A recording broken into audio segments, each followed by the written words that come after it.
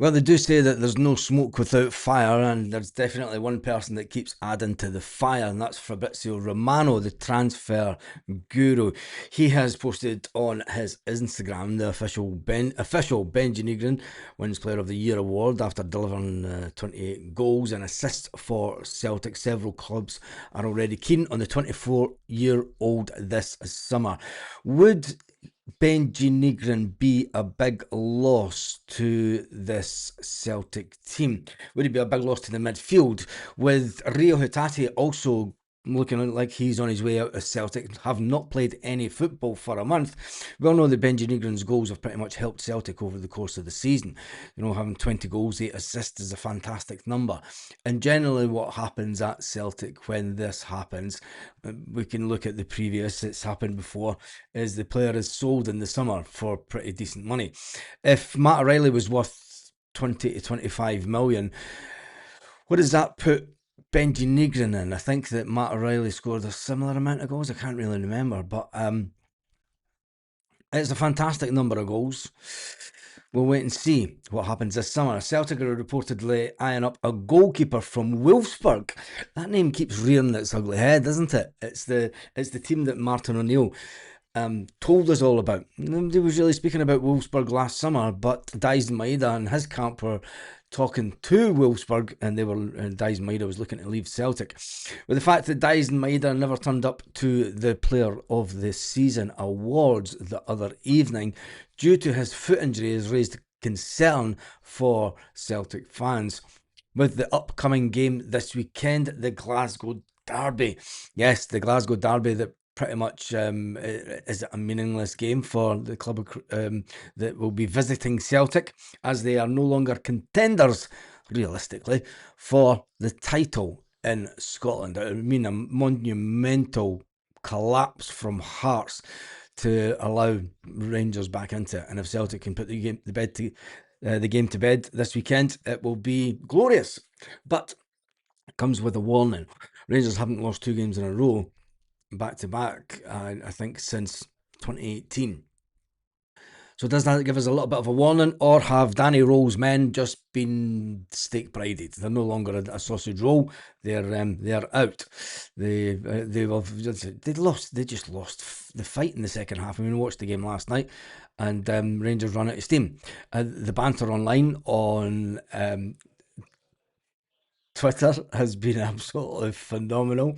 A lot of Rangers fans thought that they were going to win the title, and they're being reminded of the fact that they thought they were going to steamroll to the title this season to get their 56. Celtic are the only club that are within the chance to get the 56. Can Celtic do it? Celtic will need to go on a crazy goal scoring spree, and that's where we struggle. You know, with we're talking about the midfield again, with Benji Negrin, the fact that he has scored all these goals from midfield, he's keeping Rio Hatate out the team. Does Martin O'Neill bring in Rio Hatate for this game? Rio Hatate kind of slows the game down. We all know what he does, and you know we really need to be going full pelt. It's going to be an interesting game this weekend. It's the first time in a long time that Rangers have came to Celtic Park with their season's done and dusted, isn't it? Celtic have the Scottish Cup final to look forward to, and all money will be on Celtic to win the Scottish Cup back to Celtic, a competition that we love winning. We're still in the league title race when you look at the league title. When you look at it this morning, what would have been the ideal result for Celtic last night? Would it have been a Rangers win? Nobody that ever wanted to say that, or would it have been a draw?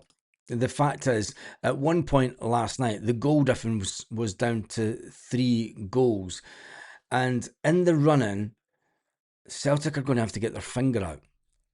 We've not been able to beat teams 3-4-0 all season. Can Celtic do it at the most important time of the season to try and close that little goal tally down? When you look at it there, I mean, Celtic are on a goal difference of 27. Hearts are on a goal difference of 32. If Hearts win their next 2 games, they will pretty much think that they've done and dusted it. They've won the league. You know, they will know if they remain 5 goals to the better of Celtic, they will think, "Yeah, we just go to Celtic Park and on the final day of the season and we just go and enjoy ourselves. The pressure's off as long as we don't lose 5 goals." Can you see the Hearts losing 5 goals in a game? I don't think so. I think that they're far too defensive minded. I mean, you saw it last night for the first half of the game. Hearts were going to a back five, back six at times. Even though Rangers went ahead with a deflected goal, they were putting a lot of pressure on. It wasn't like Hearts that we saw that played against Hibs. So you've got to think an away game, they were really good at Hibs. Even though Hibs were down to 9 men, defended for their lives. But the attacking side of Hearts just wasn't there the first half. You got to say the second half, whatever McKenna said at half time, it worked wonders for Hearts. So it kind of leaves Celtic chasing. We are 3 points behind. Listen, we've done fantastic to get there. I still think that we can win the league, but ultimately we will need to score. We're going to have to score at least 8 goals in 3 games to win the league. That's the gauntlet that Martin O'Neill will be throwing down to the players. Can Celtic score 8 goals? Because let's face it, I mean, Hearts aren't scoring a lot of goals, but they're chipping away at it. I'm saying that the target will need to be 8 goals in 3 games to win the league. Celtic can do it. We all know they can. But without Dyson Maeda this weekend, it could be problematic. Without a goal-scoring striker. I mean, I know that Kelechi Iheanacho is coming into a bit of form late on in the season. He put in a cracking goal at the weekend. But we need goals galore.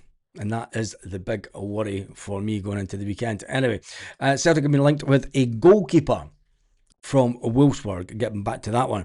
He is an Austrian goalkeeper, and his value is roughly around about 2 million euros from Wolfsburg, and he is 23 years old.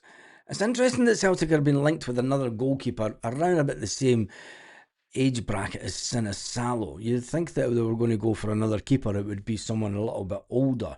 But are they fully trusting Sinisalo to be the man for Celtic next season?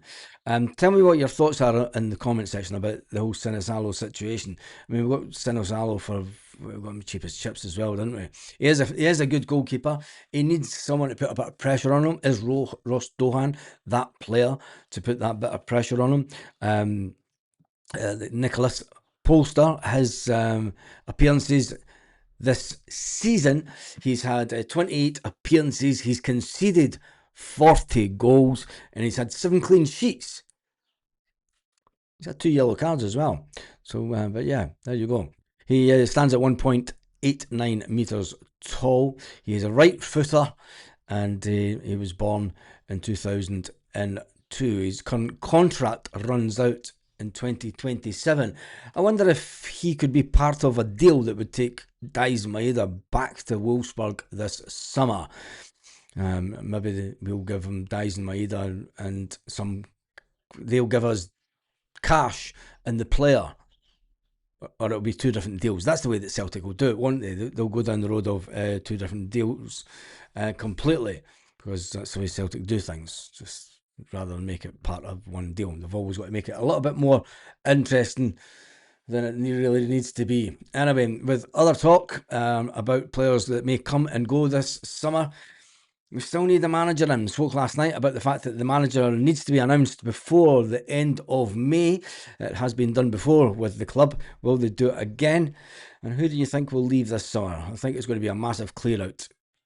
And should we be looking at players without having a permanent manager? We can go out this summer and we can get a manager that maybe looks at the current goalkeepers and say, I want someone more experienced. We've had Joe Hart, we've had Casper, and he looks at the age of the goalkeepers and goes, I want somebody that I can trust between the sticks. I want somebody that I know that I've managed before. I want him to come to Celtic. Or is it just a caretaker that Celtic are going to have?